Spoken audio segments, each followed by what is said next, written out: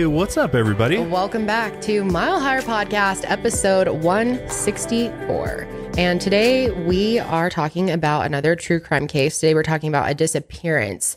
And this one is one of those ones that could have so many different possibilities at the end. Like, I'm sure there'll be so many different comments with different theories. Yeah, it really draws a lot of similarities to the Maura Murray case. I feel like, Yes, in some ways. Definitely in some ways. Definitely not like the same, case by any means, but just some of the similarities, car wreck in the forest and then vanishing from that point. I mean, it's pretty wild to think about. It really is. It's been really interesting just thinking about this the last 24 hours, Josh and I talking about it and trying to come up with what we think happened. And I still don't think I really have a conclusion. Like, no, I don't really lean any specific way. No. Do you? And I mean, there's some recent developments that might, provide some more answers. But as far as the, theory of what happens to Leah Roberts is still a mystery. So yeah, it is really hard to say. Yeah. So yes, Josh just said we are talking about Leah Roberts today. Very, very interesting case. Before we get into it, the vibes are a little different today. I know that the top comment today is going to be how we switched seats. I know. We never think it'd be like a big deal, but it always is. It always is. People don't like you to fuck with the vibe at all. Like, you get used to what you get used to. I'm liking sitting on this side, actually. Do you? Yeah, I do. Because I do I do lights out on that side too. So maybe, and sometimes that's where I do the sesh. So yeah. So it's like sometimes doing multiple podcasts, now that Kendall and I host, additional shows, it's hard to transition ourselves from different podcasts to this one, I feel like. Yeah. And my problem is I come from a very dark, serious podcast, and so sometimes I bring that vibe into this show. Like you're too serious. Yeah, exactly. And I'm used to the sesh. Where it's a party every episode. So, maybe switching sides for this might be That's so interesting that you said that, because I was going to say, sitting over here, I feel like more professional. I feel more like Josh. So maybe you're in the fun seat now and I'm the serious. Yeah. I'm ready to break out the margaritas. I don't know if we're going to stay like this, but basically, I don't know why I'm so cold today. It's a fucking hot day here in Colorado. It is it July yet? No. It's not even close. It's June 9th. Well, and it's but it's hot. It feels like July already. Well, our studio is built in an all metal garage, basically, and it's insulated and we have a ceiling and stuff, but you can just feel the, furnace that is above, this area above us. Well, you can feel it, but. Oh, I guess you like it because it's cold. Well, I was hoping that it was going to be warm enough today that I could wear a t-shirt, because most of the time I wear sweatshirts on the show because it's so cold in here. And one of the biggest arguments we have in this studio is over our air conditioning unit, which we call the Dara Chow. And sometimes Josh likes everything to be really cold. You would not even believe how cold we sleep in our bedroom. It is a tundra. We have an air conditioning unit, an actual air conditioner in our house, plus a window unit, plus a fan, plus an overhead fan. 4 different sources of cool air. It's so cold in there. It's I get up to pee and I get so cold. I'm like, but I've gotten really used to it. But I don't know. Today I just feel freezing and I couldn't sit over there because the fan is right over where Josh is sitting right now. And he didn't want to turn it off. So our only solution was to switch seats. No, I'm not trying to sweat while we're trying to record. Well, I'm not trying to be cold. I'm over here with a blanket. I was like, if I sit over there, I'm going to have to literally be covered in a blanket, or I need to go get a sweatshirt. It feels cold. It's a hard life we live, isn't it? Trying to figure out what temperature to keep things at. It is. I feel like a lot of couples can relate. Yeah. To trying to agree on a temperature. That's one of the hardest things in a relationship. But anyways, we also have different vibes today because Janelle's not here. Janelle has come down with the sickness. Not COVID. Sorry. I didn't mean to scare anybody. Not the sickness. Not the sickness. We don't know what it is, but she's on Z-Pack and too much sun, maybe. Could have been. Yeah, she got a wicked bad sunburn when we were out of town. We went down to Mexico recently. And so I think she's just been having a fever for a couple days now, and we did not want to get whatever she had. So we have Corelli here today. If you have not seen Corelli, she works on The Sesh with me. So if you've not seen her show, you may not have heard of her yet or met her. Heard her voice or seen her face. Yeah, her beautiful face. But yes, she is going to do cameras for us today as we go through this case. So Are you ready to jump in? Yeah, let's go ahead and get into things. This episode is actually brought to you by HelloFresh, care of Raycon, Rothy's, and Simply Safe. More about that later, but yeah, let's dive into this disappearance case because there's a lot to cover. Obviously, we want to, give some background information on, the missing person, and that is Leah Roberts. So take it away. So Leah Toby Roberts was born on July 23rd, 1976 in Durham, North Carolina. She grew up in the suburbs with her two older siblings, Kara and her brother Heath. And they were a very close family. Leah loved spending time with her parents and her siblings. Kara specifically, she was very close with. They were only 2 years apart. Kara was 2 years older than her, and they were just best friends from a super young age. Leah is described as being someone who is very charming, smart, and pretty. She was a thoughtful person and a reflective person, but also very personable. Everyone who met Leah couldn't help but like her. She was very friendly. Yeah, and her brother even said that a good way to describe her is an old soul. Just somebody who's wise beyond her years, and just, everybody likes having somebody like that around, I feel like. Yeah, definitely. I agree. Leah is, just a very awesome person. Everybody that meets her likes her, very personable, great smile. But, she was kind of private also, definitely, like very sweet and nice, but it took a while to get to know her. So things were going pretty well for Leah when she was in high school, but then suddenly her dad was diagnosed with chronic lung disease, and she was only 17 years old at the time and was terrified. She was very close with her father and couldn't believe this was happening. And this was one of the first of many tragedies in her very young life. And dealing with her dad's illness was really hard on her family, especially her mom, so much so that eventually she developed a heart condition, which possibly could have been caused by all the stress. But it seemed like they kind of had it under control, being monitored by doctors.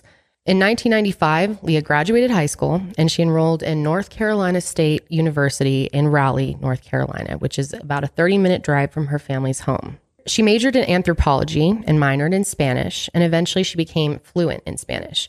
She also played soccer in college. And during her sophomore year, her mom ended up suffering a heart attack and she died. And this was a total shock to all three kids and their dad. So that's extremely tragic. And I can't even imagine how that rocked their family. I mean, to already having to deal with, their father and him being ill, and then now to have this kind of seemingly come out of nowhere. Because again, there wasn't like a huge cause for concern around her mother's illness at that time.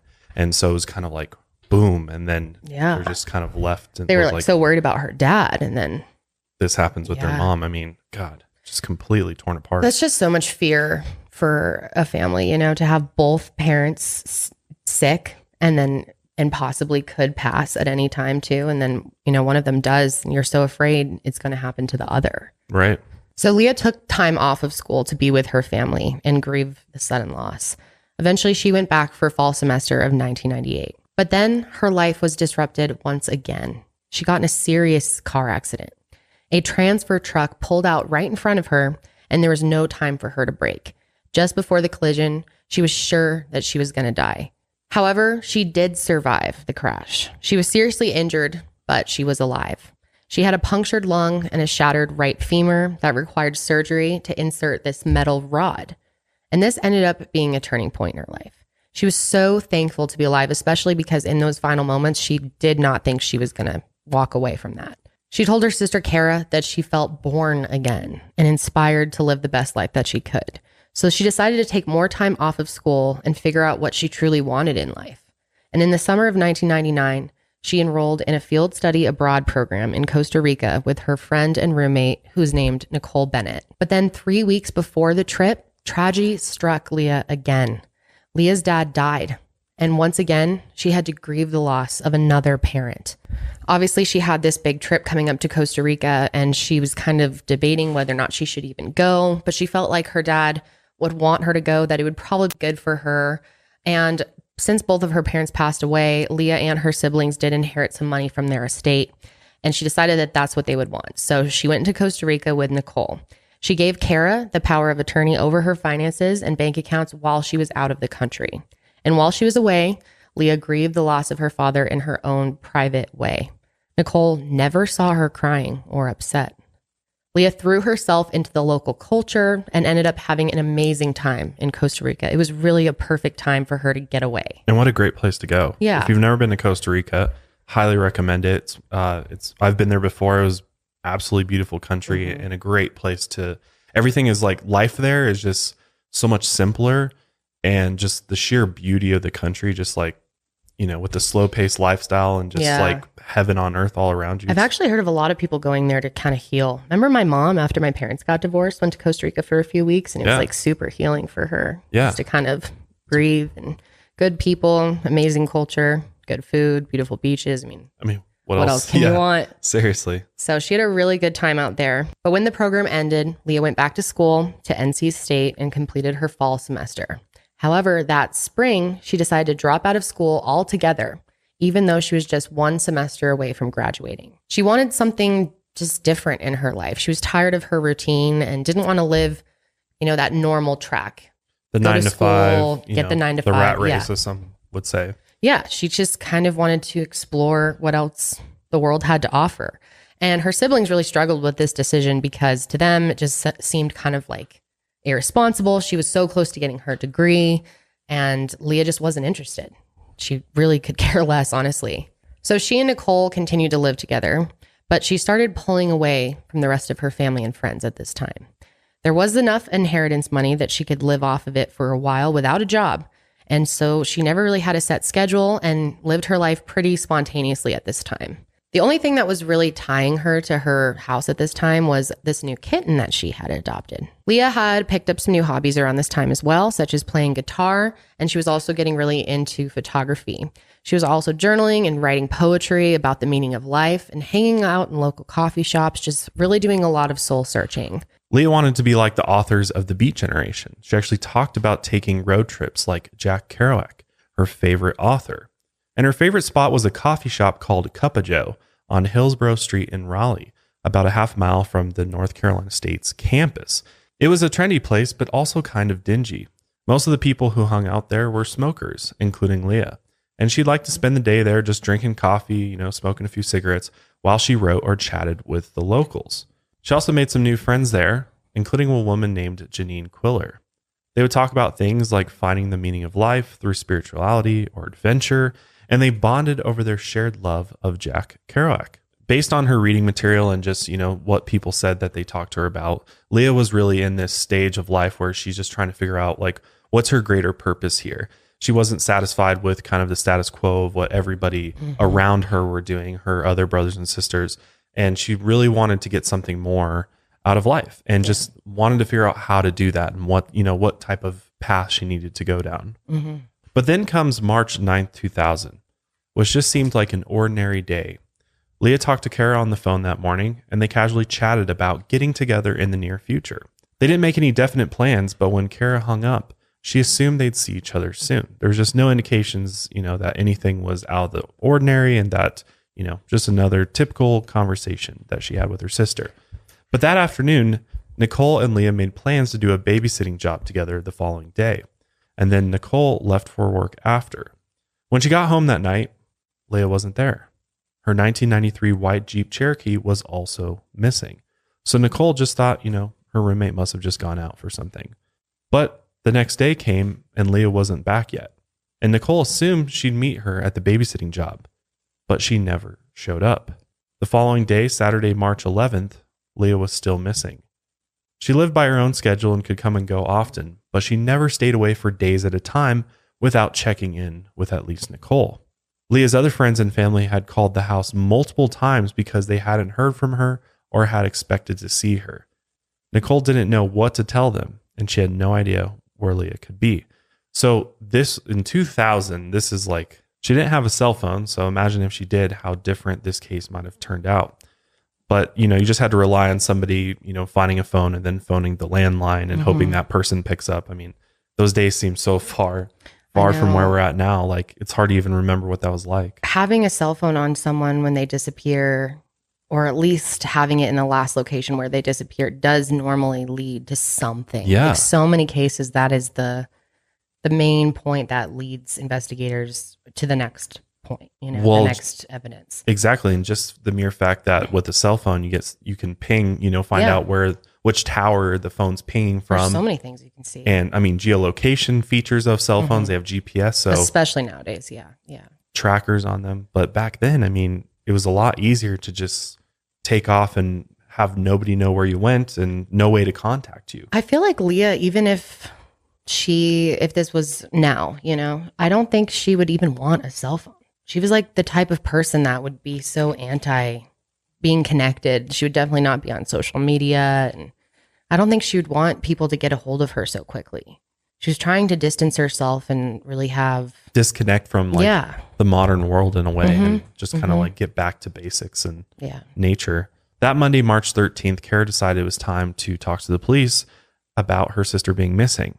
So she went down to the Durham Police Department and filed a missing persons report. Kara then went to the house the next day and searched Leah's room with Nicole, looking for any clues that might help them figure out where she went. The first red flag to Kara was the fact that Leah's cat was gone. And obviously, Leah probably took the cat with her wherever she went. Which does mean, maybe she was going to be gone. The longest you can leave a cat alone is like a day or two, with food and water and litter box and everything. But maybe she was planning to be gone for a longer period of time if she took the cat with her. That's a good point. I mean, it would make sense. I mean, if you go and adopt a cat, you have the responsibility to take care of that cat. And, and obviously, Leah wasn't somebody who would just abandon the cat for some random reason to run off and clear your head. Like, she'd take the cat with her. Yeah. So then Kara went through her closet and she noticed that a lot of her clothes were gone too.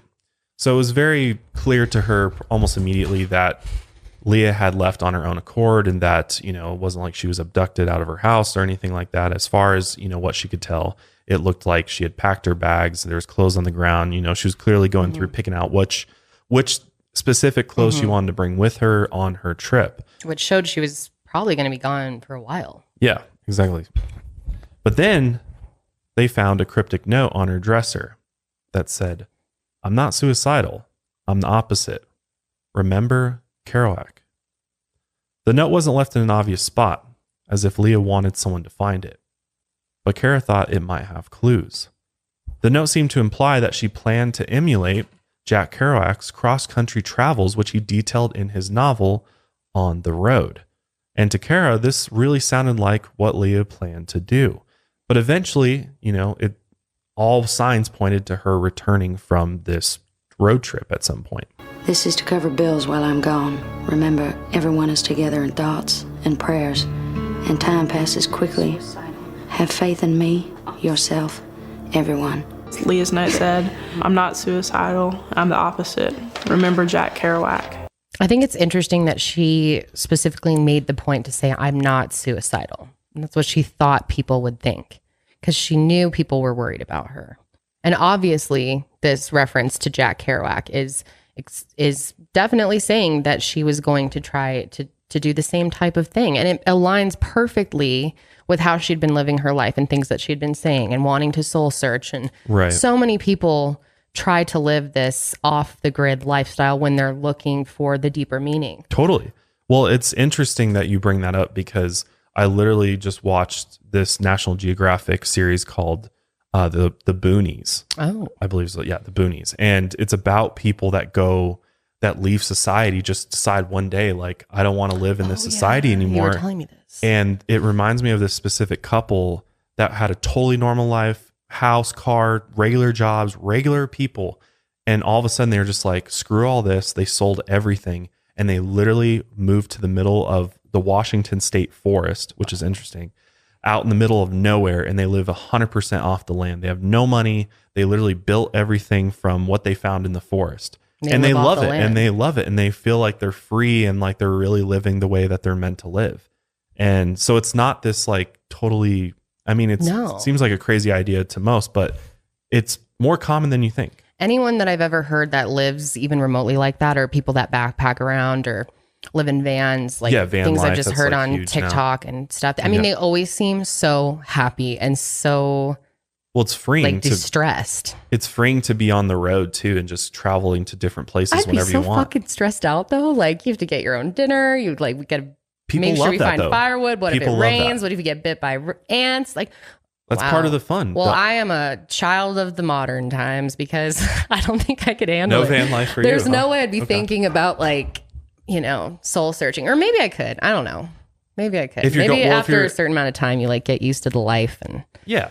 I could see how it could be very deep.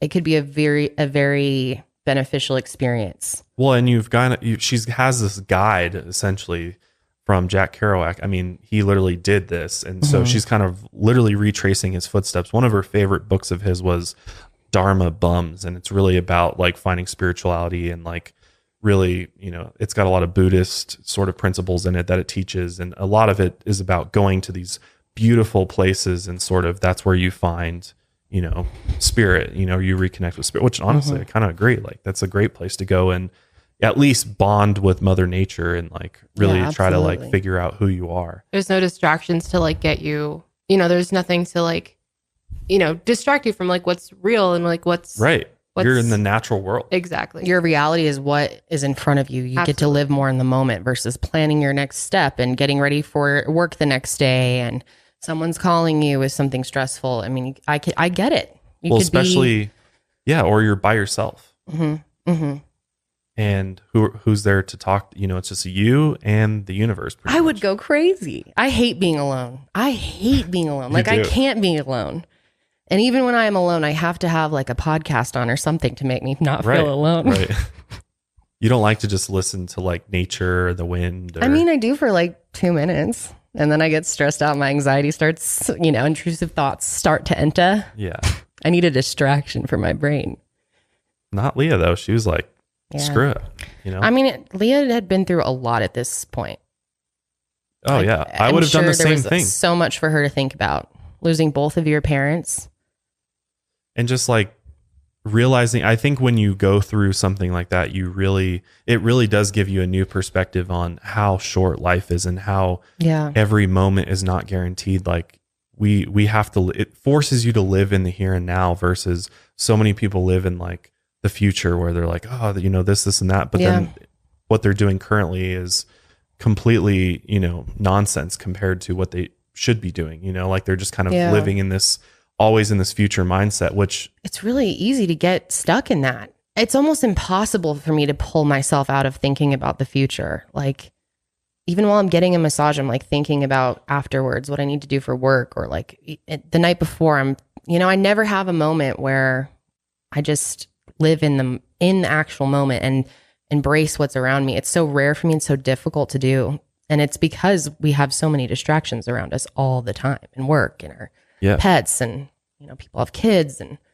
Well, it's way worse now than it was like in the early 2000s because we're so connected. Yeah. I mean, we have shit. Bad. We have technology everywhere, It's really pockets, bad. our wrists, on billboards. I mean, it's everywhere. Yeah, dude, I got 3 devices just sitting right in front of me.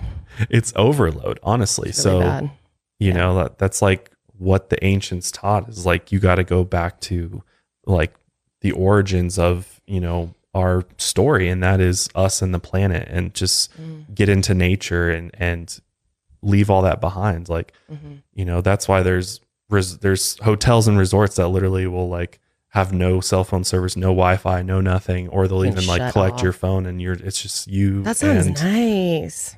Well, my phone broke on our vacation, so it was kind of nice. Kind of the same thing, but then you have an iPad, so you can just iMessage on your iPad. When I had Wi-Fi, yeah. And that's the thing. It's like we're all so connected. So That's bad.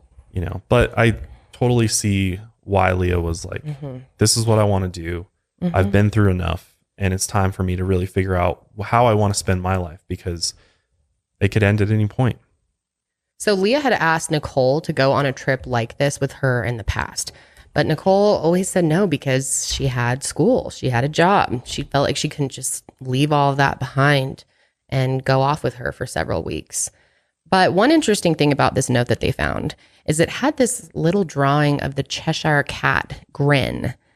I don't think it was the whole cat. It was just the grin from Alice in Wonderland.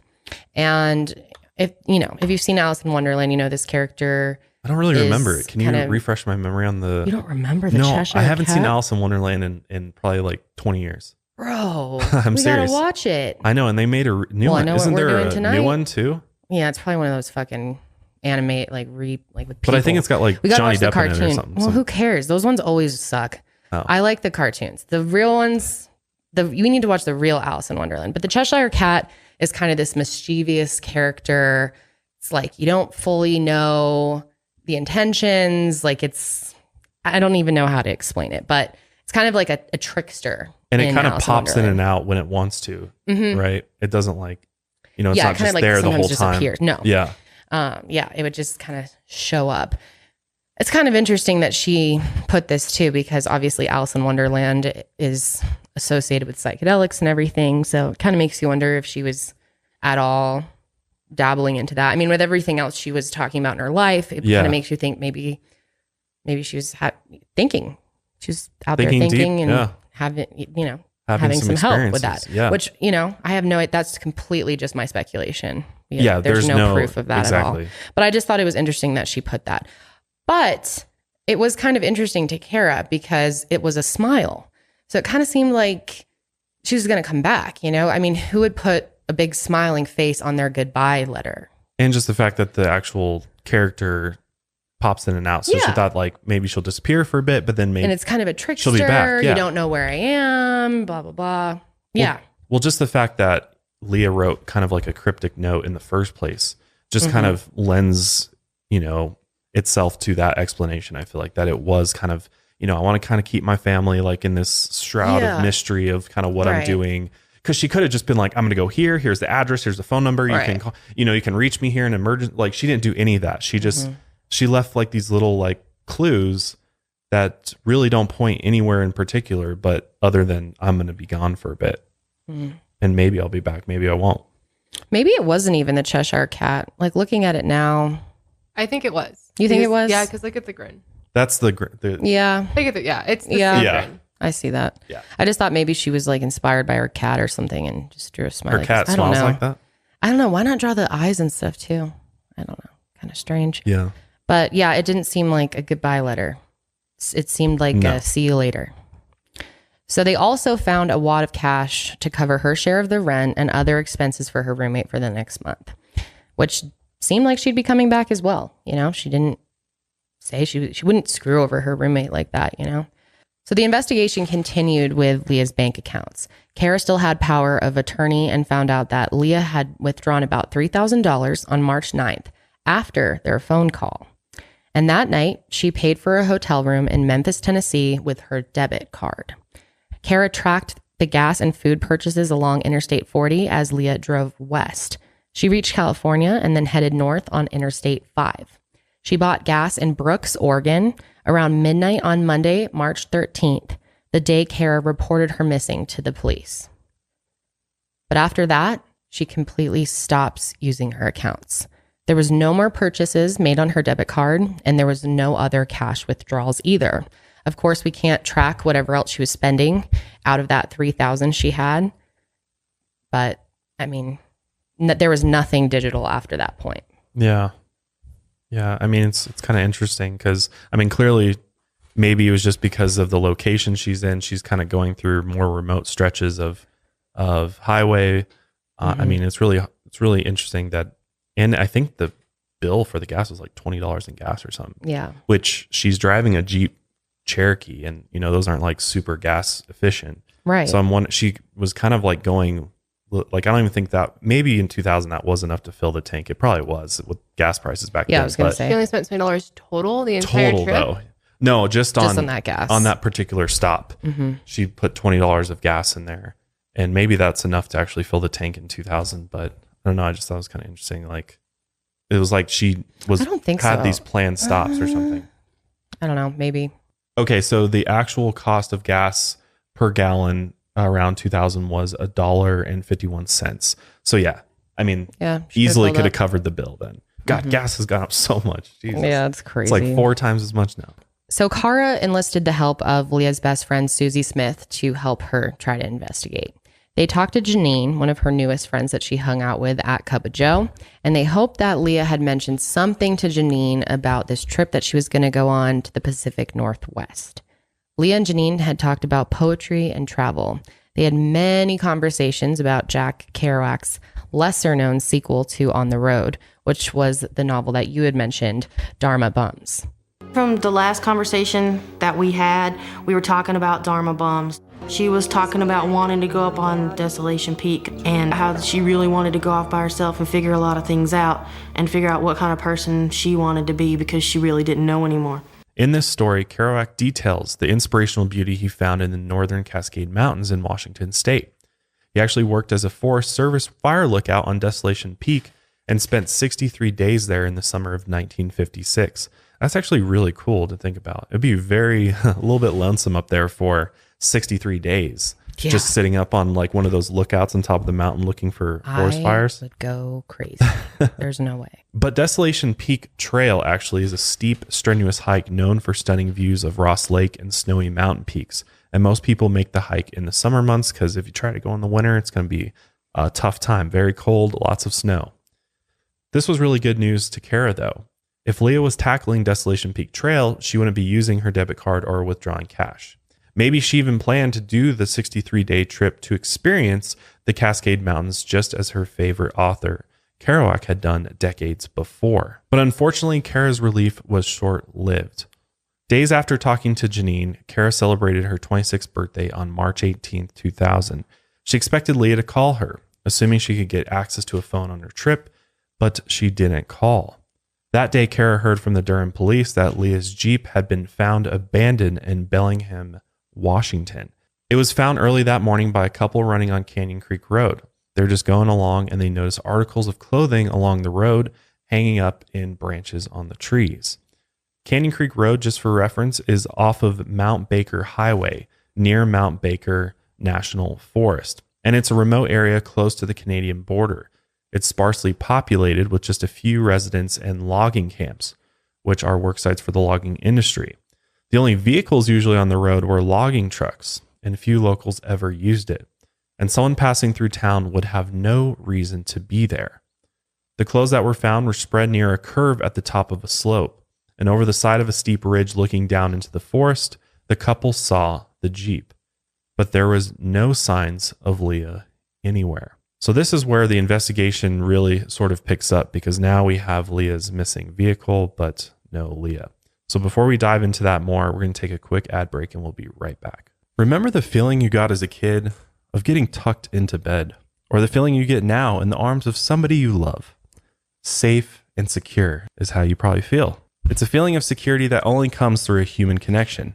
And that's why the people at Simply Safe Home Security are so important. The thing that I love about Simply Safe Security is the fact that they make security monitoring for everyone, pretty much. Like, it's all prices, and it doesn't matter how big your space is. You could have a 1-bedroom apartment and still get Simply Safe for a very affordable price, all the way up to businesses and houses. And honestly, it's the easiest system I've ever used, and technologically, it's the most advanced. It's also the reason why I switched from the big security company, we all know which one that is, in order to use Simply Safe, and I'm never going back. Simply Safe has an award-winning system that has all the technology bells and whistles you'd expect these days. We're talking apps, we're talking cameras, all that good stuff.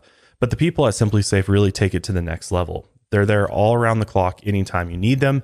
And the thing is, Simply Safe just makes it super easy for everybody. It takes about 2 minutes to customize a system on their website at simplysafe.com/milehigher. Definitely check it out, because you might actually be surprised at how affordable security monitoring could be for you and your home. Whether it's a fire, a burglary, a medical emergency, a burst pipe, or even a problem while you're setting up the system, Simply Safe has a person with the expertise you need ready to help 24/7. And when you know there's always someone there to help, well, that's a feeling you just don't get with any old security system. To learn more about how Simply Safe can help protect you and your family, visit simplysafe.com/milehigher today to customize your system and get a free security camera, which is a really good deal.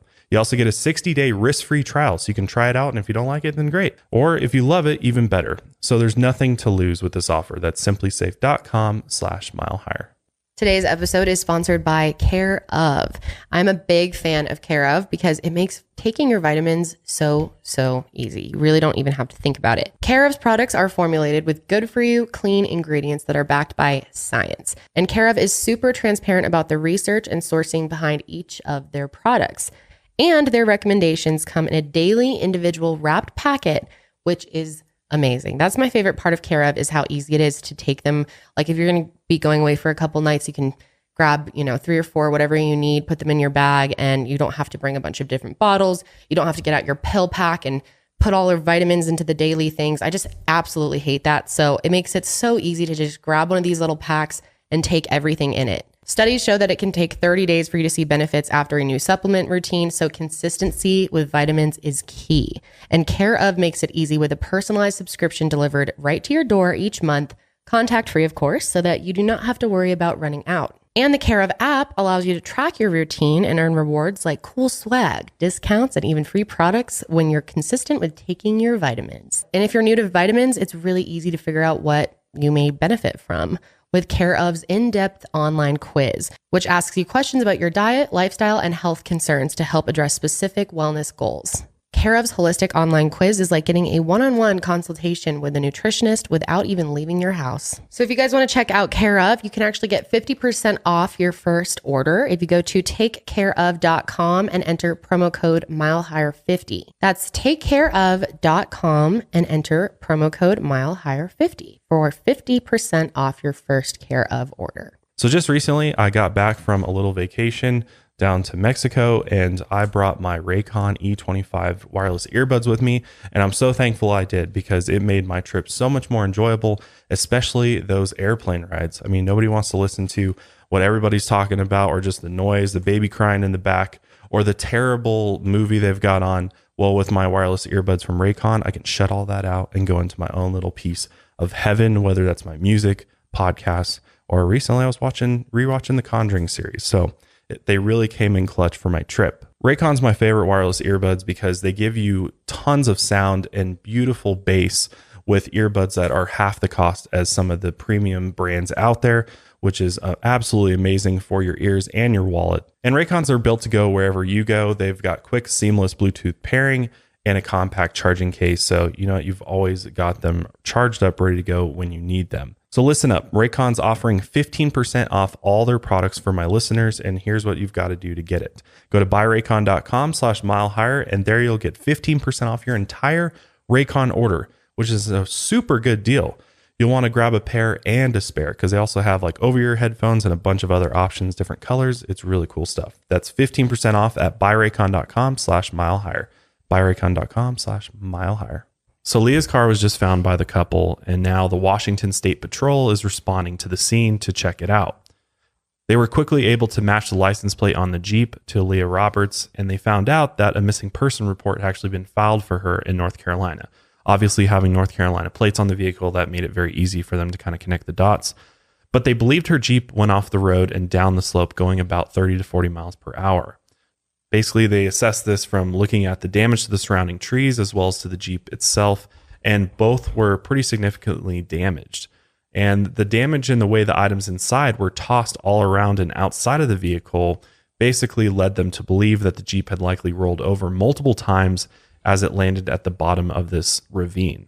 But what was strange is there was no sign of any blood or any marks in the car, any bumps into the steering wheel or a crack into the windshield, any evidence that someone had been in the vehicle when it crashed. No sign that someone was injured. Which would be basically impossible. Yeah. For somebody to walk out of that completely unscathed with no evidence of that person being in the wreck. It's almost like no one was in the car. That's what it seems when like. It was rolled off. Yeah. The steering wheel wasn't damaged at all. The seatbelt wasn't even stretched out. The windows were smashed, but none of them were damaged from the inside. These are all the things that investigators would expect to see if someone had been sitting in the driver's seat at the time of the crash. Well, with the speed that the vehicle was traveling and the amount of damage to the vehicle, you would anticipate some type of injury to the person inside. If there was no injury to the person inside, at least some type of evidence to indicate contact damage that the person had been inside the vehicle. None of those signs were evident. There was also no evidence to explain how the Jeep could have run off the road at that speed if no one was inside of it. There's nothing to indicate the wheel was tied and then it was pushed off the road. We couldn't find any marks on the back that indicate anybody had pushed it to where it was. If you had somebody driving the vehicle and they jumped out, You could have taken your life into your own hands trying to jump out of the vehicle at that speed. That's crazy. I mean, think about being those officers coming to that realization. They're like, oh, nobody was driving this? Yeah. How did it just fly off? You know, how, I don't even know how somebody And it's not does like that. it could have picked up that much speed. I mean, maybe it could have down the hill though. You know, picked up enough speed that it would do more damage. Yeah, or like something was put on the acceleration pedal and then it just like, you know, like wheeled it out or jumped took out off before. Yeah, exactly. I mean, there's ways to do it, I guess, you know, but. So they thought maybe Leah was in the car and, you know, got a head injury and just wandered off and was lost and confused. So they checked local hospitals, but no one matching Leah's description had come in with any injuries from a car accident. Inside the Jeep, they found Leah's driver's license, her checkbook, and her passport, which are all items that she would need if she was going to run away. Yeah. Nobody would leave without those. Even if you were in a wreck like that, you would stay with it and make sure you recover that.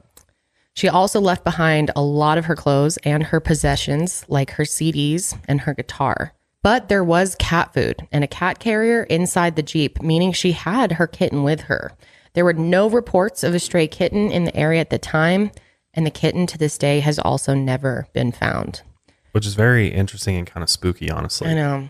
Because my thought was like, well, a kitten getting wrecked in a car like that probably would not survive it, even in a kennel, you know? So you would expect, you know, see something, blood or, which would suggest that the kitten was also not in the vehicle prior to the crash. Yeah. Because, I mean, you would either find the kitten dead in the vehicle or it would have somehow climbed out and was probably be nearby. And well, that's possible too. It could have climbed out one of the windows, but yeah, I don't know. It's really strange. But it's a kitten, so it's not going to go very far, right? Especially it being like a domesticated cat. I mean, they're not going to go into the forest and do what? Yeah, I mean, maybe, but I agree. In most cases, a scared little kitten would probably stay near the scene and be like crying. It seems like the cat was with her or with someone else. So investigators didn't suspect a robbery because valuable jewelry and $2,500 in cash were left behind. And this money was in a pocket in a pair of pants, so it wasn't hidden at all. And that's a lot of cash to just leave behind. Right. Like if she's trying to stage like something happened and maybe leave all of her personal belongings behind on purpose because she doesn't want to be found. She wants to start a new identity. She doesn't want to be tracked in any way. You'd at least grab the cash, right? Everybody needs cash. Doesn't matter where you're going or... There's no fucking way she would just leave that. You need that to survive. I mean, but then again, I'm telling you, these people from the boonies, they left all their cash behind too, because where they were going doesn't matter. Cash doesn't matter. Yeah. Yeah. I guess that makes sense. And I guess they're kind of disgusted by money altogether in the first place. Yeah. But I don't know. She took the cash out. You know, how are you going to buy more food for your kid? Right. What is she going to do? So the money was in the pocket of her pair of pants, like we said. So it was just out in the open. Someone totally could have seen it. And what's really weird is there were blankets and pillows hung inside of the car to cover the smashed windows. It kind of looked like someone was staying in the vehicle as like a makeshift shelter after the crash had already happened. That's really weird. I know. Or it's possible like they like some before, you know, the actual crash happened, they were already in the windows. I mean, some of them are like kind of pressed up in between the cracks. Like whoever put these into the windows kind of like lodged them in there so that they would stay in place, you know, by having the door kind of hit part of it. So my thought is maybe potentially, you know, she got stranded in her car, her Jeep. Or maybe she was sleeping in the car or like blocking out the sunlight. Yeah, exactly. That's what I'm saying is prior to it running off the road for whatever reason, she was actually living in the vehicle for some time or for whatever reason. But it looked like to investigators that this stuff was set up after the crash had already happened. Yeah. So, I mean, it's hard to say. We can't actually see the crime scene. I wasn't in the thing, so I can't really say. But that's just one thought that I had. Like maybe, is it possible that this was all put in place before the vehicle went down into the ravine? It's possible. So because Leah had crossed state lines, the FBI joined the case almost immediately. And the Jeep was towed to a police garage. And when examining it more closely, they found evidence that she may have been the victim of a crime. She would have been in Bellingham for several days between the last time that she used her debit card and the crash. But she still had most of the money that she had withdrawn from her account. So investigators knew something may have happened to Leah shortly after she arrived, and then someone else had her Jeep and eventually crashed it. Luckily, Leah had saved some things like receipts and ticket stubs, and they were in a box inside the Jeep, which helped the police put together her movements on March 13th. The fact that she was saving things from her trip made it more likely that she was planning to return home and show off what she had done during her travels. Yeah, I think that's pretty clear here, is that her plan was to return at some point. It really seems like it. There was surveillance footage from the gas station in Oregon where she used her debit card blast. She was alone and she looked fine, but she glanced out at the parking lot several times, which they thought was odd. But it could also been just to check on her kitten. Like maybe her kitten was just in the car and Possibly. like, or the window was rolled down or something, or there was someone with her. There's somebody or waiting for her, sketching her out or something. You don't know.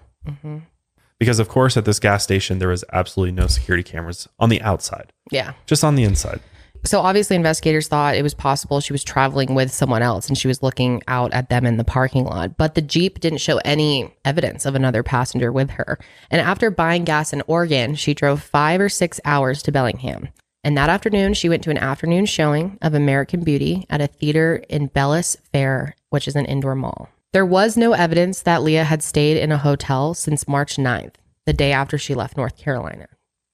Kara and their brother Heath flew to Washington right away to meet with investigators. They were both worried sick at this point.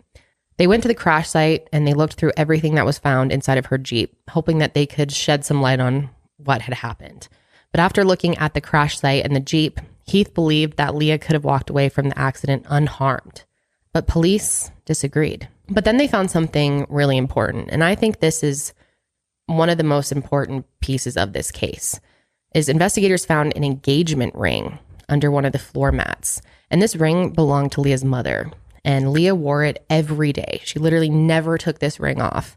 It meant the world to her. It was her most important possession.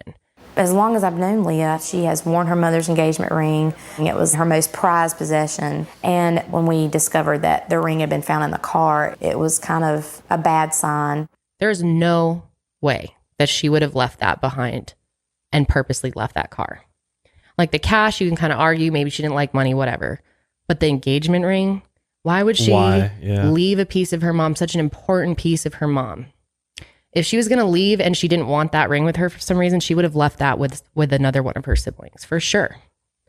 Right. I mean, that just shows more than anything, I think, that she did not voluntarily leave the car.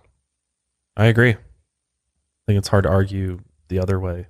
I think it would have been a different story if like she had made the little note and like maybe attached the ring to it. Right. That would have been completely different. But if it was so special to her, then, you know, just leave it in your car under a floor mat. Right. No, something that she wore every day, her piece of her mother that she carried with her. There's just no way she would have left that. Her siblings knew that this ring was so important to her that the only way she would have taken it off is if she was forced to, or if she literally forgot who she was. You know, if she had hit her head in the accident and taken it off and just didn't know what it was because she was confused. Yeah. Or someone forced her to take it off. Which is the more likely scenario. I mean, there's no evidence of her being in the wreck. So then you start leaning towards someone forced her, you know, either out of the vehicle or to take that off. But I mean, people do get amnesia and, you know, completely forget who they are. And it does happen. And when you find, you know, a car abandoned and there's a missing person, that is obviously one of the more likely scenarios that they got some type of head trauma and they're confused and walking around. It happens all the time. So Kara and Heath made flyers of Leah's picture and posted them around town, hoping that someone might recognize her. They went to all the local businesses that she may have visited and talked with owners, workers, and customers. Someone had to have some information about what she was doing that day or who she may have been with. There was only one restaurant in the mall where she could have sat down for a meal, and the employees remembered her sitting at the counter to eat that day. Then the police tracked down 2 men who had been at the same restaurant that afternoon and claimed that they had actually talked to Leah. The men had sat down on either side of her at the counter, and she talked about her trip and how she wanted to explore the country just like Jack Kerouac.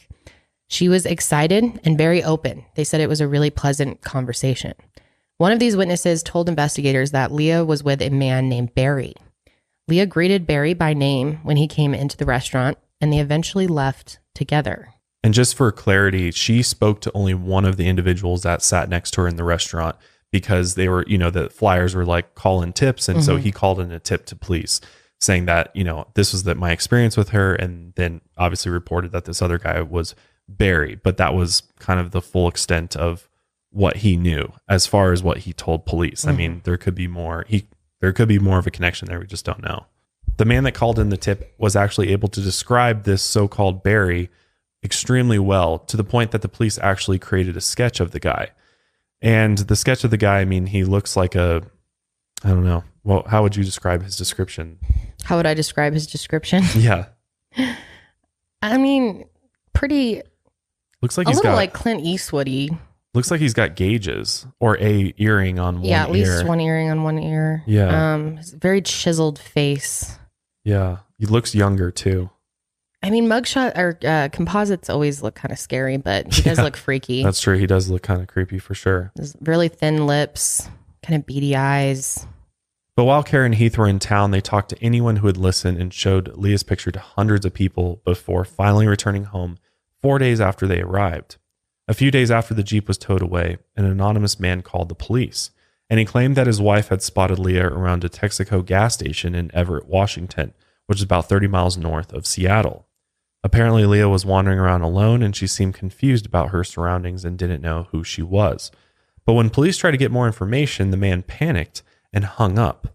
He didn't give his name or his wife's name, but investigators thought that the tip was credible. And for the next 2 weeks, the police searched the area around the crash site. They believe Leah might have suffered a head injury in the accident and just wandered away disoriented, maybe with amnesia. The authorities had helicopters brought in to fly over the forest to see if they could spot anything. They also had search parties with dogs to track her scent or even detect human remains, and even metal detectors were brought in to hopefully locate the metal rod in Leah's leg if they were looking for remains. But after all of these search efforts, they didn't find anything at all. And there was absolutely no trace of her. She literally vanished into thin air. But then after some breaks in the media, we start to get a few more new developments. Before we get into those, we're going to take one more break and we'll be right back. Guys, it's 2021 and nobody has time for uncomfortable shoes. That's where Rothy's come in. Rothy's has surveyed thousands of customers, and the number one word used to describe their shoe is comfy. And that's truly how I would describe it. I love my Rothy's. And what makes Rothy's so good, you might be wondering? It's their unique, seamless design that's insanely comfortable the moment that you put them on. And their styles are sustainably made with materials like plastic water bottles. And they're fully machine washable, which is so helpful. If you're klutzy like me, you spill stuff on your shoes, you can literally just throw them in the wash and they're not going to get ruined in any way. Rothy's are available in tons of shapes, styles, and colors, so you can always find the right shoe for you. And what I love about Rothy's is there is no break-in period. I hate when I get a new pair of shoes and I have to wear them around and go through that uncomfortable stage, but that is not even a thing with Rothy's. They are just purely comfortable as soon as you put them on. And Pop Sugar named Rothy's one of the most comfortable and cute flats that you'll never tire of wearing. And I totally agree with that. So upgrade your closet with the washable, sustainable, stylish shoes and bags from Rothy's. Plus, they just launched men's shoes as well, so make sure to check them out for you or the guy in your life. All you got to do is head to rothys.com/milehigher to find your new favorites today. That's rothys.com/milehigher. If your life is busy or your schedule from day to day always changes, or you just can't find the time you need to plan out the menu for the week, go to the grocery store, gather up the ingredients you need in order to make those meals, and then come home and actually prepare and cook the meals, well, you're not alone. That is me pretty much every single week. And it's always a huge relief when I know that I've got HelloFresh backing me up with the ingredients I need to make 3 or 4 delicious home-cooked meals with everything, all of the legwork already done. So all the prep work, all the ingredients are all fresh, ready to go, exactly what I need for the recipe and the serving size that I need. Because in the past, I'd go to the grocery store, spend way too much money on ingredients, come home and cook enough food for a freaking army. So now I can actually just get the food and ingredients I need to make enough for Kendall and myself. And it makes it super easy. It's way cheaper, actually save money with HelloFresh. And best of all, HelloFresh has all sorts of different types of recipes, all types of cuisines, and it actually helps you learn how to cook, which I really love. I actually love making the chicken ramen from HelloFresh. It's one of my favorite recipes. And I got to say, they never let you down. It's always on time, and you can start whenever you want, which is super convenient. And HelloFresh is out there trying to save the planet all at the same time. So stop going to the grocery store today and instead go online to HelloFresh.com/milehigher12 and then make sure you use code milehigher12 for 12 free meals, including free shipping. I mean, what a deal is that? Go to HelloFresh.com/milehigher12 today and use code milehigher12 and you'll get 12 free meals and free shipping. Plus, you'll support the show. So Leah's story was featured on an episode of Unsolved Mysteries in 2001, but none of the tips that came in from the show led anywhere. It was still completely cold. Meanwhile, Kara started working with a woman named Monica Kaysen, who specializes in keeping missing persons cases that have gone cold in the media in the front of the public to help generate new leads. Monica is the founder of the Community of United Effort, CUE, for Center for the Missing, and she does all her work on a volunteer basis. In 2004, Monica and her volunteer network organized a cross-country caravan to spotlight the case. Here's a clip of Monica explaining.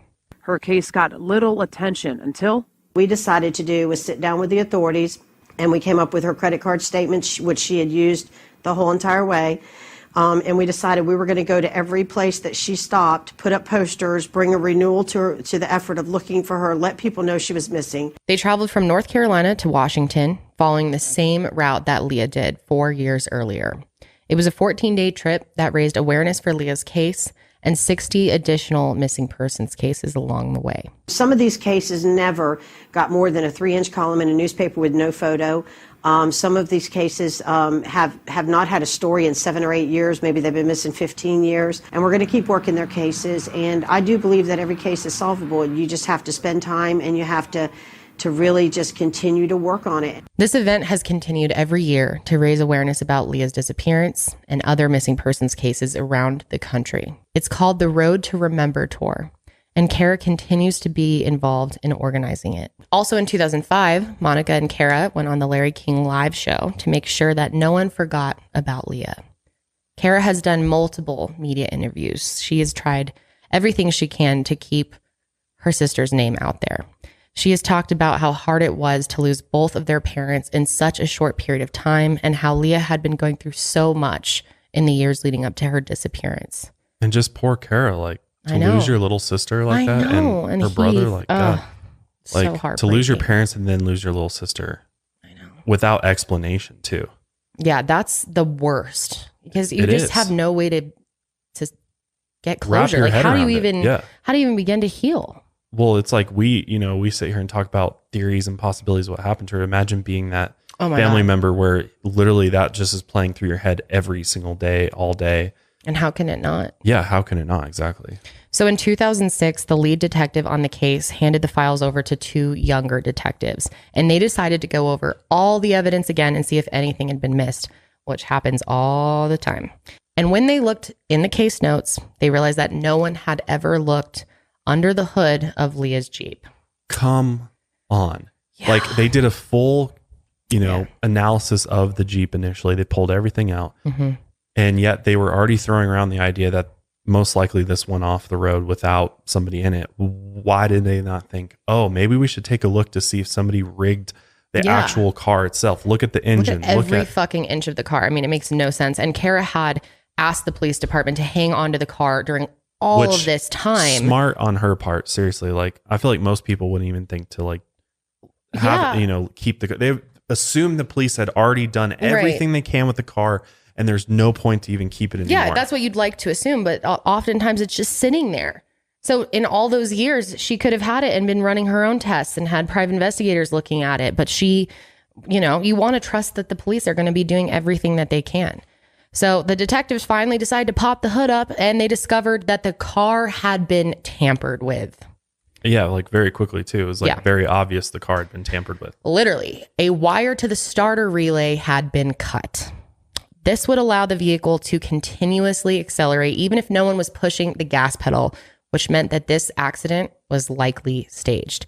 This would have been helpful information for them to have known Literally, they could have figured this out at the crime scene. Yeah. They could have just popped the hood and figured it out right away. You would think that they would do that. Especially when they're sitting there scratching their heads about how did the car possibly go 40 miles an hour when no one was clearly in it, and they have all these questions. Why not that never fucking popped look at in the their car? head? Like, pop the hood, at least just look at the engine. Yeah. Make sure it's not like See a if it faulty was engine part or something. Right. Like, you'd think it'd be basic investigation skills to think maybe someone tampered with the car and forced it to crash, and that's why there's no evidence of anyone in the car. And that's how it was moving so quickly. That's a major so bonehead frustrating. mistake right there. Imagine it's like one little mistake like that, but that is I'd be just so earth-shattering for the family. I'd be so pissed if I was my God. I'd be lighting these detectives up. Be like, are you kidding me? I'd be so mad. You even bother to look at the engine for an unknown vehicle crash? Like, what? And get this, it gets even worse. They also found a fingerprint under the hood, along with male DNA on Leah's clothing. Wow. Yep. Fingerprint under the hood. That would have been probably way better and easier to, look at and analyze years ago. Yeah. I mean, pulling a print years later is probably not going to be as good as a fresh print, from a couple days potentially. So now they know there's foul play, and there's probably a male involved. So that leaves them with this suspicious guy who brought up, how he had talked to Leah, had this great conversation with her, and there's this other dude named Barry there. But no one has ever seen Barry. No one's ever heard of Barry. No other witnesses saw her leaving with anyone else.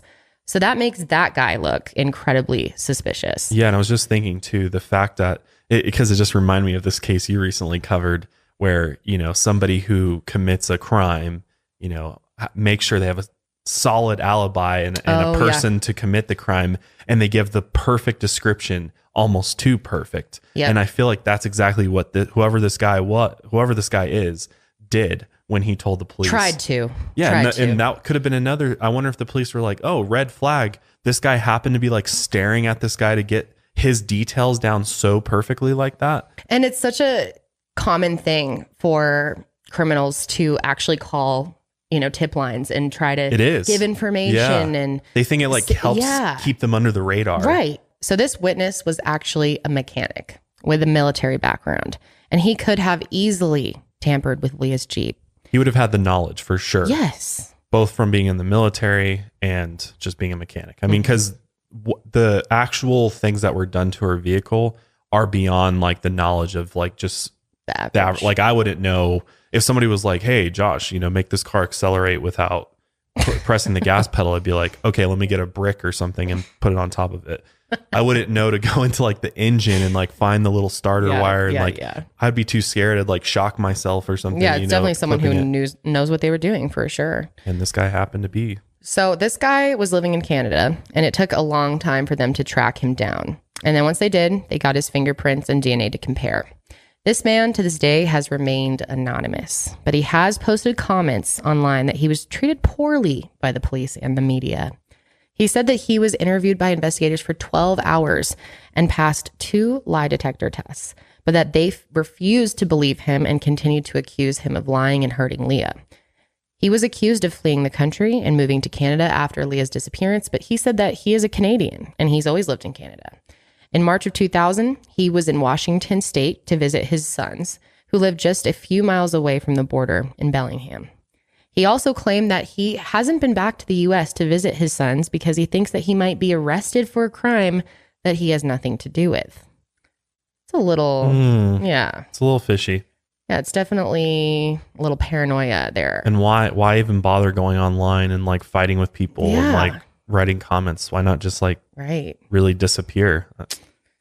Because he was the only witness, he said he was afraid of being the scapegoat for investigators who just wanted to say that the case had been solved at the end of the day. Which I do get that to some extent, because there are a lot of cases where it does happen. They grab whoever's they want to get justice for the victim. They want to close the case and give the family some answers. And of course, we don't know. This is the only possible suspect. I mean, is there a chance there really was a man named Barry? Maybe. Was there another unknown person we don't know about? No one else remembers seeing it though. I know. I'm just saying, you can't at the end of the day say that this guy 100% did it. There's just not enough information. But he is surely the most suspicious So he has fully cooperated with the police as far as we know, and he has provided his fingerprints and DNA. His fingerprint actually wasn't a match, which is interesting. And if the police got the results from a DNA test, they have not released that information to the public as of now. This man said that he requested that they dispose of his DNA after testing it against what was found on Leah's clothes, but claims that they refused, which keeps him linked to the case. That's a very strange request for them to trash his DNA. Yeah. What? Yeah. Why? Why do you care? I can see both ways on why you'd want your, some people just don't want their DNA held by the police because maybe you commit crimes. You don't want them to connect you to some other shit. Or you're scared of being wrongfully accused of a crime, which is a legitimate fear. Could go either way there. Yeah. So the police are convinced that their best chance of finding Leah is to continue to focus on the area where the Jeep was found. There have been multiple additional searches in that forest, but still to this day, no trace of her has ever been found. And one interesting thing is that even if her body had been completely decomposed to a point where we really wouldn't be able to find her, match her or anything, she did have that iron rod in her leg, which is definitely not going to decompose. No. So that's always kind of given their family hope that maybe one day they will locate her remains. And with that metal rod, it would give I mean, obviously it's because it's, it was, the surgery was done in a hospital, that metal rod probably has like a serial number. Yeah, it does. So if they were to find her remains, they could easily track her and figure out if it was her. Yeah, that's a good point. If they had, if they had found anything. Well, but they did actually. Oh. Let's talk about theories though first here, because I think it's important to talk about some of the different theories about what may have happened to Leah. So investigators can't rule out foul play, but they've also found zero evidence to really suggest that she's been abducted or hurt in any way. Investigators still believe it's possible that Leah got into a wreck and then suffered the head injury and then just wandered away, disoriented and confused. And, she may not even known who she was. I mean, it does happen. And she then could have wandered toward Mount Baker Highway and was picked up by somebody.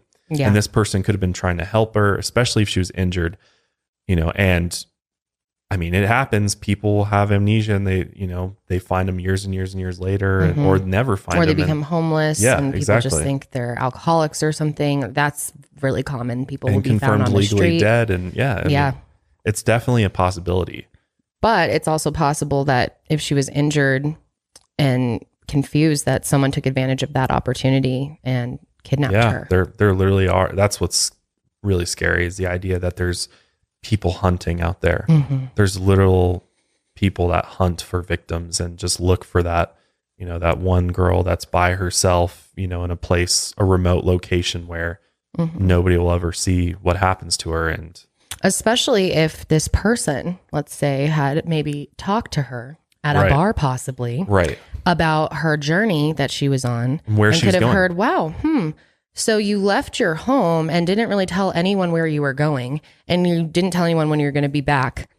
Perfect. No one knows where you are. Yeah, it's like literally the perfect opportunity for someone. Yeah. Which is horrifying to think about. Really scary. Another scary possibility is serial killer. I mean, there's always, in any type of disappearance, there's always a possibility that there's a serial killer operating in this region. And that happened to be the case. Serial killer Israel Keys was active in the Pacific Northwest in 2000, and he actually later admitted to killing 4 people in Washington state. He was actually known for hiding murder kits around the country, which was just basically things like weapons, bleach, plastic sheets, and money. And he'd drive long distances to dig up his murder kits and then abduct the first easy target he found. That is so scary. Yeah. He chose his victims entirely at random and never had any connection with them, making the cases nearly impossible to solve. And this method allowed him to continue killing undetected for at least 16 years. So Leah would have been kind of the perfect fit for the profile of a target for him. And she was traveling alone and no one knew where she was or where she was going. And obviously no cell phone to call for help. So it's super easy, honestly. She could have been taken by the man who called in the tip about his wife seeing Leah wandering outside a gas station. Maybe he might have been trying to misdirect the investigation somehow. And this would explain why he panicked and hung up without giving his name. The other possibility, though, is that Leah could have been kidnapped or hurt by somebody before the accident. And then after the abduction occurred, the accident was staged by this person to make it look like she'd gotten into a wreck and just wandered off. Now, personally, that's what I think most likely happened. That's what the evidence points to, at least. It makes the most sense, especially if she was out and talking to local people. And I mean, who knows who else she talked to? It could have been that guy, could have been Barry, could have been anybody. Yeah. Because I was thinking too, like, well, what if somebody, while she was at lunch and she stopped for the theater show and stuff, like, what if somebody went out there and did the, things to her car real quick while she was eating? But who would do that in a parking lot and stuff? It'd be tough to pull that off. But is it possible? Maybe. But then, that's still a ways away to drive with this car. That would, it seems like it was done pretty close to where the accident happened. Right. The time frame from when the car was altered to the crash seems to be back to back to me. And I have a feeling that she probably wasn't, that she could have already been gone when that happened, that they took the car out to stage the crash and make it look like a situation where she would have just left, And if he had taken her valuable items with him as well, and the ring and the money, it really could have looked like that's what happened. Yeah. That was kind of a strange move for whoever did that to not take those things. Well, I think they wanted to stage it, make it look legitimate. That she was in an accident and then left. Because clearly by altering the vehicle, they already had that plan in their head. That was already the plan, is that I'm not going to search the vehicle because I don't want to take anything from it, because it will and they don't want take away from it. And physical getting into the vehicle is going to leave fibers and DNA in that vehicle, which they did leave DNA in it. But, still, I mean, you wouldn't want to go digging around in there and risk any more. But it's also possible that Leah disappeared on purpose, and her Jeep was found very close to the U.S.-Canada border. And if she decided she wanted a completely fresh start, maybe she decided it was best if her loved ones believed she was dead. But you can't get across the border without a passport, and she left her passport. And she left the ring. Right. The ring's not going to give it away or, track you. Why wouldn't you want at least one important thing from your life? And the cash. I mean, I understand staging it for your family. People do stuff like that, of course. But why? I mean, it's the cash and the ring that make that theory just so unbelievable for me. Yeah. Or maybe she met somebody along the way on the trip, maybe somebody who lived in Canada, a hitchhiker even, that, maybe she had somebody already planned to meet up with and nobody knows about it. Maybe they helped her stage it. Which reminds me of Maura Murray, the same type of possibility that there could have been tandem driver. There could have been some other person that she was trying to meet up with, maybe to go start a new life with. But again, all evidence and from what her family and friends say is that she was going to come back, that there was no inkling at all that she was just going to leave and be gone forever. And based on what was found in the Jeep, I think you can pretty much say that that's not what happened, because there is a theory that she had possibly picked up a hitchhiker, and that maybe she had put her mom's engagement ring under the mat to hide it from this person. And then maybe this person ended up deciding to rob her and kill her. But not take anything from the vehicle? Yeah. I mean, that just doesn't make any sense. Or maybe it was, some type of mental breakdown or manic episode. I mean, she'd obviously gone through a ton of hardship, and maybe it was just too much to handle and she just snapped and just ran off. I mean, it happens, but again, probably one of the less likely theories out there. She also said in her note that she wasn't suicidal, but maybe this was a diversion, and maybe she was going to go to this place of beauty in order to take her own life. Again, all evidence and what people say about her is that this is absolutely not the case. Or maybe just crashing her Jeep was an unfortunate accident, and she ended up sleeping in it for a few days before taking off. This was something else that I thought too, is that from my whole description of how the things could have been set up that way in the Jeep before the crash happened. But doesn't explain the wire being cut in the engine, doesn't explain why would she tamper with her vehicle to then send her off the road. I mean, clearly somebody set this whole thing up. I think it's very clear from the evidence. And the police still don't know if her mystery companion named Barry even really exists. Barry could have been someone helping her disappear, or he could have been made up by this man in the restaurant who, wrote that tip in. So I kind of lean that way. Yeah.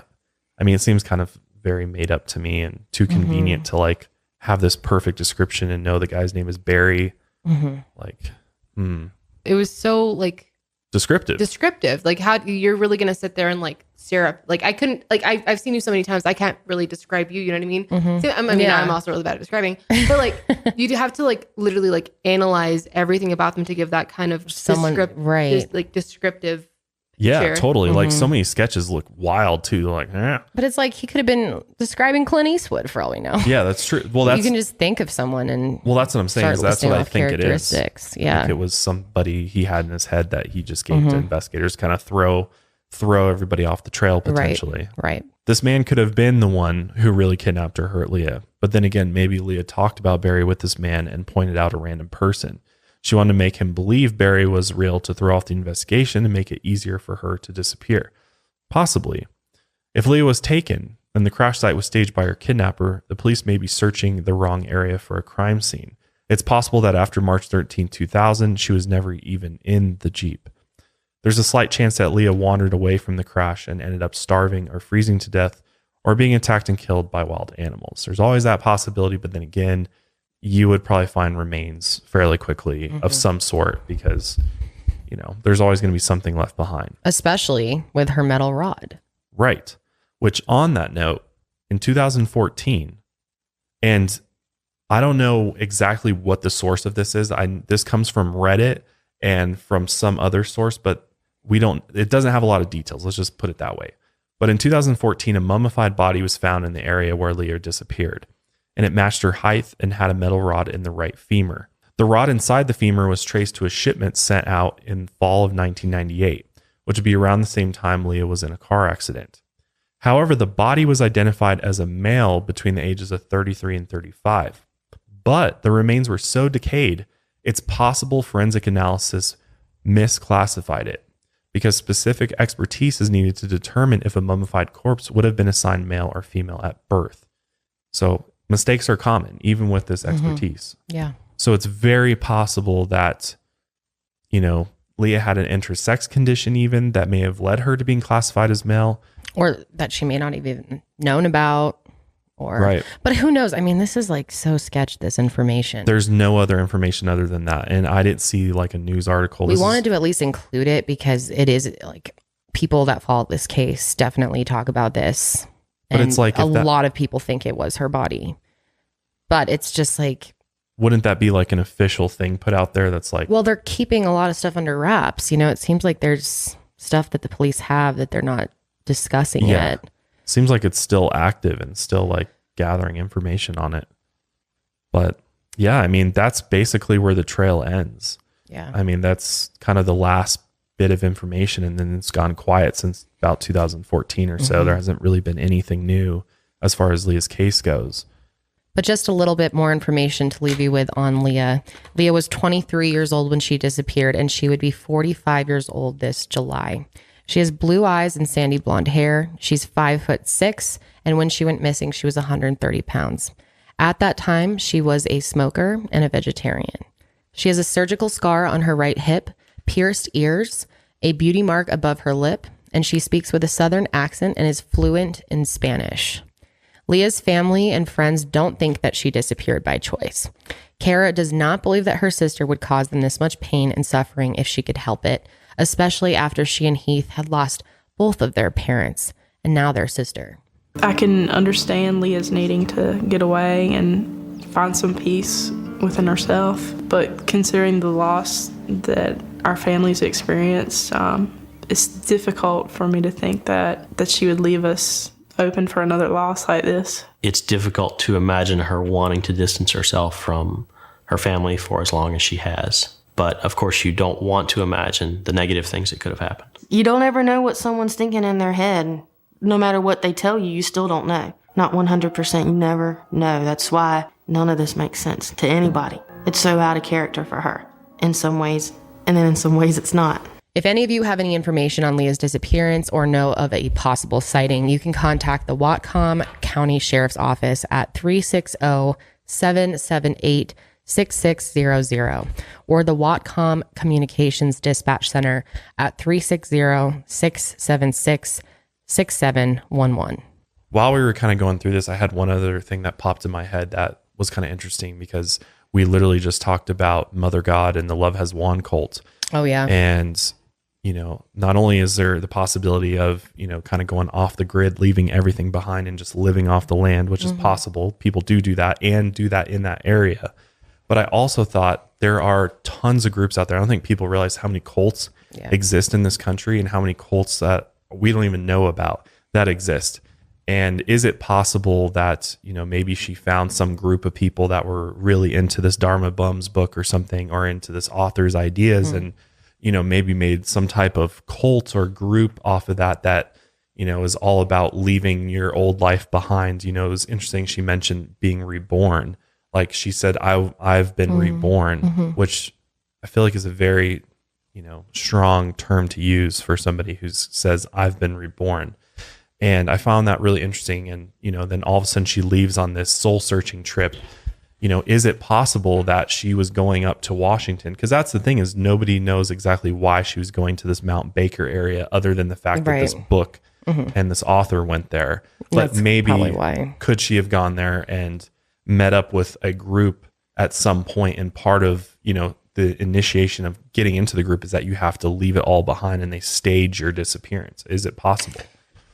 I mean, I guess it's possible. And it's interesting. We did talk about this with James Renner when it came to Mara Murray's case. There are theories out there. There's been sightings of her, I believe, in a certain cult up there. And people when you join some of these cults, especially some of these Buddhist ones or other religious ones that have, come from other parts of the world, oftentimes they make you change your name. So she would change her name from Leah Roberts, and then all of a sudden assume this other name that's completely, no one would ever make the connection between the two, and then basically assume this whole new identity with this group of other believers of whatever, belief system they have. Is it possible that she joined something like that and she's out there living her life with this group of nomadics, or maybe in a communal type living situation? Yeah. It's possible. Yeah, of course it's possible. I think there probably would have been some more evidence of her communicating with them that they would have found, unless there's stuff that the police, it's a theory. It's an interesting theory. I think foul play makes more sense. I think someone took an opportunity of a girl who was on her own. Yeah. And no one knew where she was.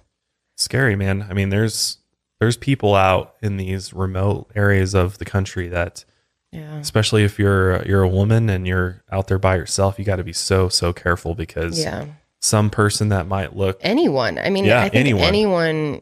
I understand that a lot of people find peace in being alone, and especially traveling alone. And I know people that hike alone, and I always get so worried for my friends that do that. And I just think it's too much of a risk. Never go by yourself. They always say it's a buddy system, man. Or at least in today's day and age, turn on your location or something. Yeah, or let people know where you are. Where you're going. Yeah. Because I mean, I do get the appeal of wanting to soul search and find peace and just be in nature and be by yourself without any responsibilities. I do get that, but it can put you at a lot of risk.